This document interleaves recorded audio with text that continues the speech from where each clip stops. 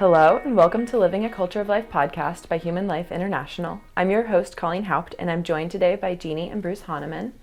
They are the founders of Elizabeth Ministries International, which offers hope, help, and healing on issues related to relationships, sexuality, and childbearing.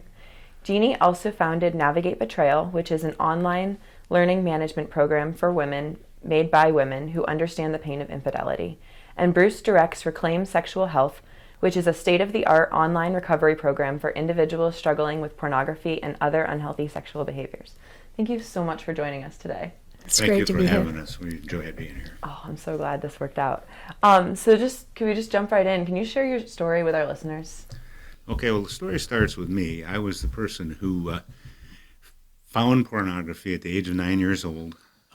And at that point in time, the only thing I knew about it was that when I would look at it, it would give me some kind of a rush or a pain relief thing that I just had never experienced before. And I had a lot of pain. I had a pretty rough childhood, a lot of things going on, and it turns out that the pornography actually somehow gave me some soothing. It was like a go-to medicine or whatever to help me. So I found it in my dad's workplace. I put it back after I looked at it, and then I would continue to go back there on occasion whenever I felt a little bit stressed or whatever, and go back to it. However, one of the times that I looked at it, I was caught in the act of putting it back. And what I was told at that time was that pornography is a guy thing, and because it's a guy thing and I'm growing up, I should just, look at it if I need to, but make sure I always put it back. But the real thing about pornography is the secrecy. Secrecy is a big key because it's shameful and whatever else. So I was told, don't ever let your mother know that you're looking at that stuff, and don't ever let her know that it's my stuff that I look at also, was the advice from my father. So that set up secrecy as a very important thing. And there were a lot of secrets I had kept over the years for my father as we were going along the way because of his infidelities and because of his behaviors. So I learned that you can hide the shame just by being secretive about it. Just don't let anybody know that it exists. However, I also isolated then. I became very lonely, very isolated, and kind of all on my own. I kept trying to want to fit into groups, but the groups of people that I gravitated towards were groups that were in some unhealthy behaviors also, and so it wasn't helping me heal.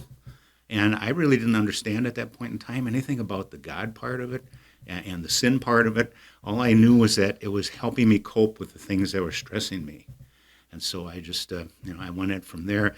I tried to follow it because being a guy thing, I thought, well, I would fit in with the rest of the guys, if I participated with them. But I never did fit in with them. I was kind of the geek of the neighborhood, so that just didn't work. What I did notice, though, as I moved along, was that I could stay away from it for a while. It was something you could avoid. But even after you avoided it, it was always still there. It was right around the corner, and you knew it was your go-to if you needed it. And then it became a subconscious thing. You didn't have to think about it. Your body kind of called forth the desire to go look for it. And so you followed it when you needed it, quote, needed it. And so that's how that worked. Now, as I started to get a little older, got into high school and whatever, I was still struggling with it, but on and off basis, white knuckle for a while and then go back to it again. But I got to a point where I was such a loner, I was so isolated and so segregated from all these other groups, I really started to get very, very depressed. And the depression kept getting worse and worse and worse until at one point in time, I went to a favorite spot of mine, a lighthouse that's on a large lake that we live near, and we actually now live on. And I was watching a lightning storm drift over the lake, and as it's passing away from our area, and I just imagined myself, why don't I just walk towards the lightning, and eventually the lake will get deep enough, and it'll all be over for me. So I was suicidal at that point. Thought there was no hope. But I didn't do it, and what I did instead was when I got to a phone, there weren't cell phones in those days, but when I got back home to a phone, I called Jeannie. And, we weren't real close at that point in time. We didn't have a real long going. But somehow God, I guess, inspired me that she was the person I was supposed to call and talk to. And we had an incredible conversation. And I know that, she would tell you things about that conversation that she didn't know about me, and I didn't know I was telling her. It was like I was spilling my guts out. on that situation? We grew up in the same neighborhood, and so we knew each other. And when he shared all of this, it overwhelmed me. I didn't know anything about pornography. So when I got off the phone with him, I went and asked my dad. And my dad had kind of taken Bruce under his wing. As Bruce said, he came from a very abusive and dysfunctional family. And my father knew him and had kind of, wanted to help him.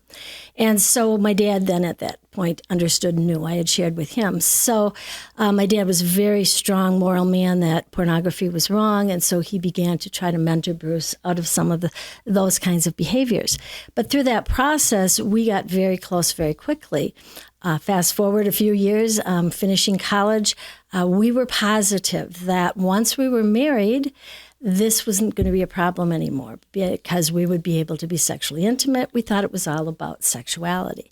Well, that wasn't the case. And now, of course, we know so much more about pornography, but in those days we didn't. And so 3 months into marriage, we began our first counseling sessions to deal with this unhealthy sexual behavior that was interfering with our intimacy. Throughout our marriage, we've been married now 47 years, but throughout our marriage, we would really work together against this problem, and he would try anything and everything that was new that came out to try to help. He'd do really well for a long time. Then there'd be some kind of a crisis, something would happen. We now understand it had a lot to do with stress in his life. But the big thing that happened for us was that when internet porn came along, he had a friend who introduced him to internet pornography, and that he went back to the idea of secrecy. He did not share that with me. I thought we were doing well. I thought he was getting along fine, but that wasn't the case, was it? No, it wasn't. And the grab from internet pornography, it's so different than anything in any print-based stuff that existed. And so I was just totally consumed by it, but secretive about it because I didn't want to go back there with her and talk to her about the fact that that's what I was doing again. So I was just, using it in a very secretive manner. But it just took me down paths you would never, ever, ever want anybody to go to. It was so against my morals. It was so against what I knew about God and understood about life and marriage and everything else. But it became compulsive. It became such a strong pull that despite wanting to be rid of it, I couldn't. I couldn't put it away. And so I tried basically the kinds of things that you normally would. I was active at church, and I went to spiritual direction for a while. I went to the sacraments. I used the sacrament of reconciliation on a regular basis. And what I found out, though, is that it wasn't just us that didn't know anything about pornography. It's people in the church didn't know that much about it either.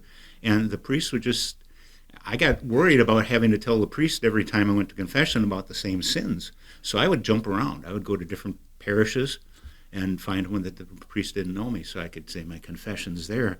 But they would tell me things like, pray harder, and try harder and use the sacraments more.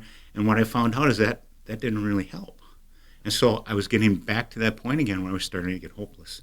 I was starting to get even suicidal again, saying, well, if this is what it's going to be, I don't know if I can take this. So I found a group to belong to, a 12-step group. And the first meeting I went to, they gave a man an award for 35 years in the group. It was his 35-year anniversary medallion with that group. And I went home from that just wringing my hands saying, I can't do this for the next 35 years of my life. Then I became strongly suicidal. I was just really too much to take. And about that same time, and we're missing some details for time frame here, but it became a passion of mine to understand what was going on in people with unhealthy sexual behaviors. And so I worked for the Catholic Church, and in my reputation, I guess, at that time became where if there was anyone who was struggling with some kind of issue with pornography, masturbation, infidelity, any of those things, they would be sent to me. So I became a lot of penance for a lot of people in our diocese. And at one point, that's what happened to Bruce. He went to one of these priests who I had done a training for, and his penance was to go see Jeannie Hannemann at Elizabeth Ministry International. And, of course, he had no idea who Bruce was. And so that's when Bruce came to me, and he confessed the issues with the internet pornography. And it was so devastating for me. And so I understand the pain of spouses when they, have this kind of a disclosure that's just overwhelming and depressing as well. So while he was thinking suicide, I began thinking divorce. So we were both in that kind of a place of giving up. Satan really had a grip on both of us. But then, by the grace of God, we had a profound experience, and we knew that we loved each other, and we knew that God loved us, and we had to stop being against each other and be against the problem. And so we began looking for more and more support for Bruce. He tried everything, in-house treatment. We did everything that we could find that was out there. And then by the grace of God, again, I found online a new program. And this program was cutting-edge science, and it was based on retraining the brain. And so he enrolled in that program. Long story short, he turns out to be the third person in the world that was in this program. The individual who funded this program put in over $2.5 million into the research and development of this program because he's a faith-filled man, and he believed the idea of what Bruce was so depressed about, once an addict, always an addict, that could not be true. That if God could heal, like he did when he walked the earth, the lepers, he could heal today as well. And so in that processing, he created this amazing program with brain scientists from Harvard and top people everywhere around the world, that they created what they call the brain science of change, exercises to change your brain. So Bruce enrolled. He got a new spiritual director, and the full force of his faith, the support that both of us were trying to give each other. And this time, we did not let secrecy win. You see, deceit and dishonesty are so much a part of this culture of evil. And so at this point, before this, hardly anyone knew. My dad knew. That was about it from our family. We began asking for help from everyone and anyone that we could, and we took it out into the light. And as a result of that, we were able to not only find the healing Bruce needed for his brain and his spirit, but we also were able to save our marriage. And we then were very blessed to talk to our bishop. We had a new bishop at the time. He, by God's grace, again, asked me to expand Elizabeth ministry from just the childbearing issues, as we had been for years, into the areas of sexuality and relationships. And he said, and I'd like you to start with pornography. So I was like, whoop, Bruce wasn't with me, but I said, I need to tell him. So I told him. And he put this particular link to this program online onto the diocesan website. So many people came to this website. They contacted the diocese and said, this is great. How do you know about us? We're brand new. And so we ended up going there, teaching their entire staff about theology of the body and many of the Catholic concepts related to sexuality. And then, again, by the grace of God, this wonderful gentleman made the decision he's no longer doing a secular version. He's only doing this Catholic version. And he's not even Catholic, so it's kind of cool. But this program now, our bishop asked Bruce to take an early retirement, and myself. And so we've been spending this so-called retirement going around training clergy, helping people, and really taking this beautiful resource that we have and combining it with the Catholic faith and helping people. Wow, that's incredible. Mm-hmm. Yeah. And so what, do you have more to add? No, Okay. What advice do you have for people that struggle with porn addictions? Well, first of all, there is hope. That's the most important thing. Don't ever become hopeless over it, because that will not get you anywhere. Your brain has to be engaged in order for you. It's like the Pool of Bethesda story, where the guy laid there for 37 years. I used to think, my gosh, that poor guy. But then I counted my own history of my addiction, and it turned out to be 46 years for me. So I said, oh man, he was better than I was at getting the message. But the point is that there's always hope, and God is there, but you have to make a decision that you want to help and that you want to do the healing. And don't ever let anything be your get-out-of-jail-free card or any kind of excuses for what you're doing. Grab it and pursue it, and you'll get there. You really will. And if you're fortunate enough to be in a married relationship, make sure that you keep that marriage relationship forefront as well. And trust your wife and do what God intended. Man should not live alone. Do it together as a couple as much as you can. I know I realize I caused so much pain and whatever in the marriage, but she was strong and faithful, and together, the together part of it, that you're not isolated, you're working together. That's the real encouragement that I have for people. And one of the things that we recognize is, the culture out there is trying to determine what is this problem that's so pervasive. Some call it porn addiction, sex addiction. Some want to call it compulsive use, some just sexual sin. It doesn't matter what title it has. But I think more importantly than asking, why this addiction or compulsion or whatever you call it, why that is to ask why the pain. Because the majority of people that are caught up in unhealthy sexual behaviors, they're doing it to numb themselves. They're doing it in a way to heal that hurt, that isolation feeling, that lack of control feeling. And so we really need to look deeper into what is causing all this pain.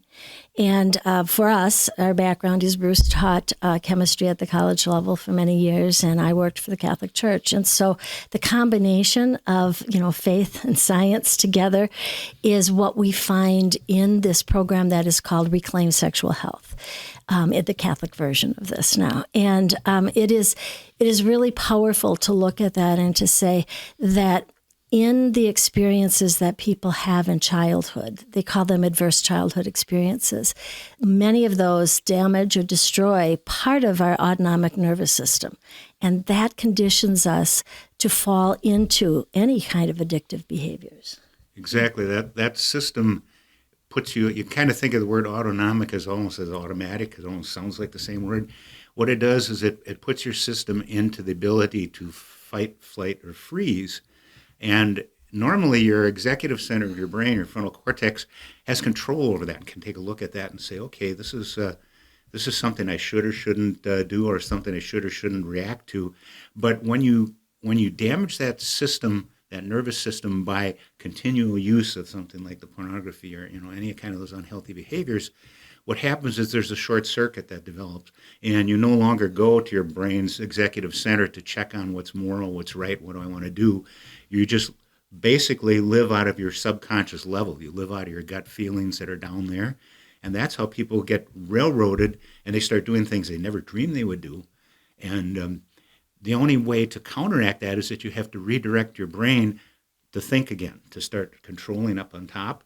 And that was the part that was fascinating for me. That's why I finally was able to use Reclaim to start healing, was because of my background in the chemistry and whatever. I understood, hey, there's really something going on here. And because there's something going on, there is a solution for it. And if I follow the prescription for the solution, I'll get to where I need to go. And that's what everybody else needs to understand about this as well. It used to be for many years, our society, used the idea if we just, criminalize some of this behavior, if people see how evil and awful it is, if we punish them, that will help. Well, that hasn't worked. And a lot of the things were based off of studies that were done many years ago with rats, and the idea that if they were given water, they were given drug-laced water, they would always pick that drug-laced water. Well, there was a gentleman who made the observation that something was wrong with this. And so instead of doing this in these critters and these isolated cages, he created something that's now called the Rat Park Study. So do you want to explain that a little, Bruce? The Rat Park Study was creating an ideal environment for rats. It had a nice habitat. It had all of the different kinds of toys and things they could ever figure out what to do to play with, and a bunch of other rats. They were all together in a big community. And it was the community that he set up that he wanted to observe and see, okay, what's going to happen now in a social culture rather than an isolated culture. And what he found is that, sometimes the rats would go over and they would taste the cocaine water, give it a slip or whatever. But most of the time, they all were drinking the regular water. And none of them became compulsively addicted to go after the cocaine water every time. So I think it's important for any addict that might be listening, or someone who loves someone who's hooked on this, is to say that really, too often we have thought that it would be sobriety is the opposite of addiction or compulsion, but that's not really it. The opposite is connection. The opposite is community. It's communion. It's being united and connected with others. And so looking at what is the pain behind this kind of behavior, how can we ease that pain in a healthy way, look at how can we help the people become more connected into community.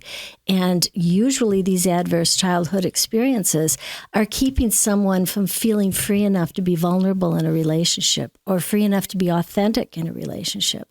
And in order to have true intimacy, those are the two things you need: authenticity and vulnerability. And so those are the things we would encourage either someone who's struggling with pornography or other unhealthy sexual behaviors, or someone who loves a person who's doing that. We need to find a way to ease the pain and help them move into a healthier lifestyle. Wow. And then for what advice do you have for people, I guess you just sort of covered that slightly, whose loved ones are struggling with it, if you're suffering from the betrayal, or what advice did you have?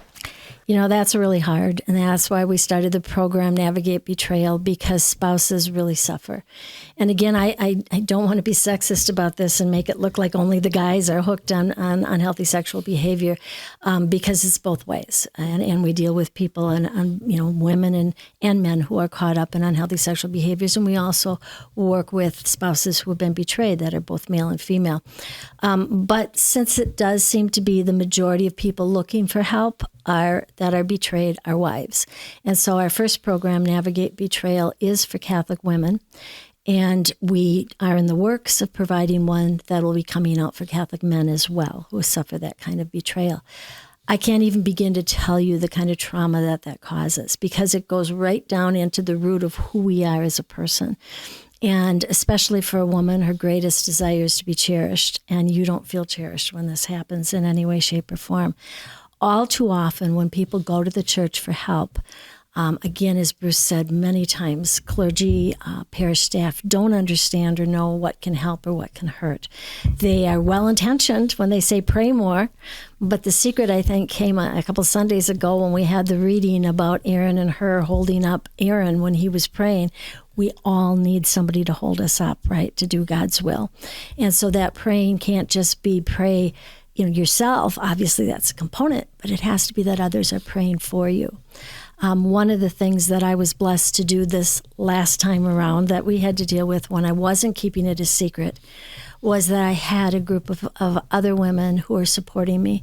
And all I had to do was reach out with a call, and all I needed was somebody to tell me I was going to get through this. That usually can't be family or really close friends, because they're going to get angry at your spouse. They're going to become protective of you. So you need to have other people who are willing to tell you, you can get through this and I'll support you. And so that's what we try to do through Navigate Betrayal. Wow. And then I guess kind of just like the broader effect, what effect does it have on like families and family life in general, like with kids and like the extended family? That's really a problem. And that's where we find the bulk of the time we do. The programs Reclaim Sexual Health and Navigate Betrayal, they're online programs, and there's lots of involvement there. And what we find the bulk of our time is as consultants to those who just reach out and need some help. And my background is as an early childhood specialist and parent educator. And so I watch and I listen and I observe and I see the trauma that goes on within the families. We were blessed enough that when he got caught up in internet porn, our children were older and off in college, and one was even married. So we didn't have little children underfoot. When I'm dealing with a lot of the families today that are going through this when they have little children in the house, they need somebody to come in and help them with those kids and give them a break to be able to work on their relationship and work on their individual and personal healing. Again, another opportunity for a parish to support a family during those crisis times. The bulk of what we've also discovered is that children are going to be picking this stress up. And it makes that vicious cycle, because now this is an adverse childhood experience for them. Part of why Bruce had the problems he did is that his dad would be categorized as a porn addict too. So that whole vicious cycle. So something's got to stop that. And what has to stop that is having other adults around who can provide what is needed for the children that the parents might not be able to provide at that time. In the past, extended family like grandparents might be around to help. Now we're so diverse in where we live that the faith community really needs to step up and be those extra aunts and uncles and grandmas and grandpas to help out. And then just kind of going to the broader, like HLI is all about like human life and family flourishing all over. Does it break down respect for human dignity and lead people to see them as objects? Absolutely. It's 100% objectification. At some point in time, you totally lose control, you lose touch with what the value of another person is, because these people that are, and many of them are nowadays aren't even real people. They're, computer generated. But what you do is you concentrate on the objects, and you concentrate on projecting a false image of yourself as being dominant, or all these different kinds of things that come out, and they go in so many different areas. You lose touch with the fact that you're dealing with real human beings and that you're objectifying real human beings. Yeah, there's definitely a connection with everything you do here at Human Life International. Yep. And when our bishop asked us to add this to Elizabeth Ministry, I was at first like, well, how does this fit with all, miscarriage and infertility? How does this all really, fit? And the bishop was very blunt with saying, well, it's all defending dignity. And I was like, oh, okay, it really is, isn't it? And really it does boil down to that, is that we need to not just focus on one issue per se, but what are all the issues that are affecting this? And we know that not protecting the dignity of a young child, giving them these adverse childhood experiences, sets them up for these unhealthy sexual behaviors. These unhealthy sexual behaviors set them up for needing or thinking they need to have an abortion. So it's all interrelated. And so how do we address that issue? And I think it's going back to really helping people understand God's plan for sexual health. If we're supposed to be able to give ourselves freely, fully, fruitfully, and faithfully, we can't take any one of those parts away for any aspect of our relating. And so there's also a connection that sometimes, people misinterpret when I say this. I'm not saying we came from monkeys, but the study was done on the monkeys. So it gives me that opportunity to say that. And I think there can be some truth to this. And it was a man named Lionel Tiger wrote a book called The Decline of Males. And in that book, he talked about an island of monkeys, and where this one particular monkey, Austin, that he was studying particularly, he had 3 partners. And he put one of the partners on the birth control pill. And Austin stopped relating to that female, and only the other 2. Then he put the next one on, stopped relating to her, only the one, then put all 3 on, he stopped relating to them, and he started being promiscuous with any other female monkey on the island. Then they put all the female monkeys on hormone contraceptives, and Lionel started masturbating to the point of hurting himself and raping violently. Now, you draw the conclusions there, right? But we look at our culture and how many women are on hormonal contraceptives, what effect that is having, what interrelational kind of effect that is happening. And at the same time of the rise of using hormonal contraception, we have the rise of the use of pornography, masturbation. So I think there really is a correlation and connection here, that we need to go back to God's plan of accepting and loving the idea that sex is not supposed to be recreational. Somehow that's where our culture has decided since the 60s it is, right? That it's not for recreation, it's for procreation, it's for bonding and babies, and we can't separate that. And I think if we can get back to that, and that's why we love Human Life International, all the work you're doing, because it does fit so well with the work we do with Elizabeth Ministry International, but also with our work with Reclaim and Navigate. Yeah, that's such an interesting, that they did that experiment on the monkeys and got those conclusions. It definitely, I guess I always kind of thought about, okay, yeah, you have contraception is going to increase abortion, and porn kind of fits in with all of that. But that's interesting that it could be such a direct effect of Absolutely being on contraception. And then is there anything else that you'd like to add for our viewers? Anything you'd like to say for them? Well, I really want everybody to understand that there's a whole nother science on the forefront that's going on right now. It's something that's called epigenetics. And what that does is it explains that there is more to our behaviors and our predispositions and whatever than just the genetics that we inherited. Because especially in the field of addiction, a lot of times people are struggling looking for the addiction gene, the one thing that makes everybody addicted.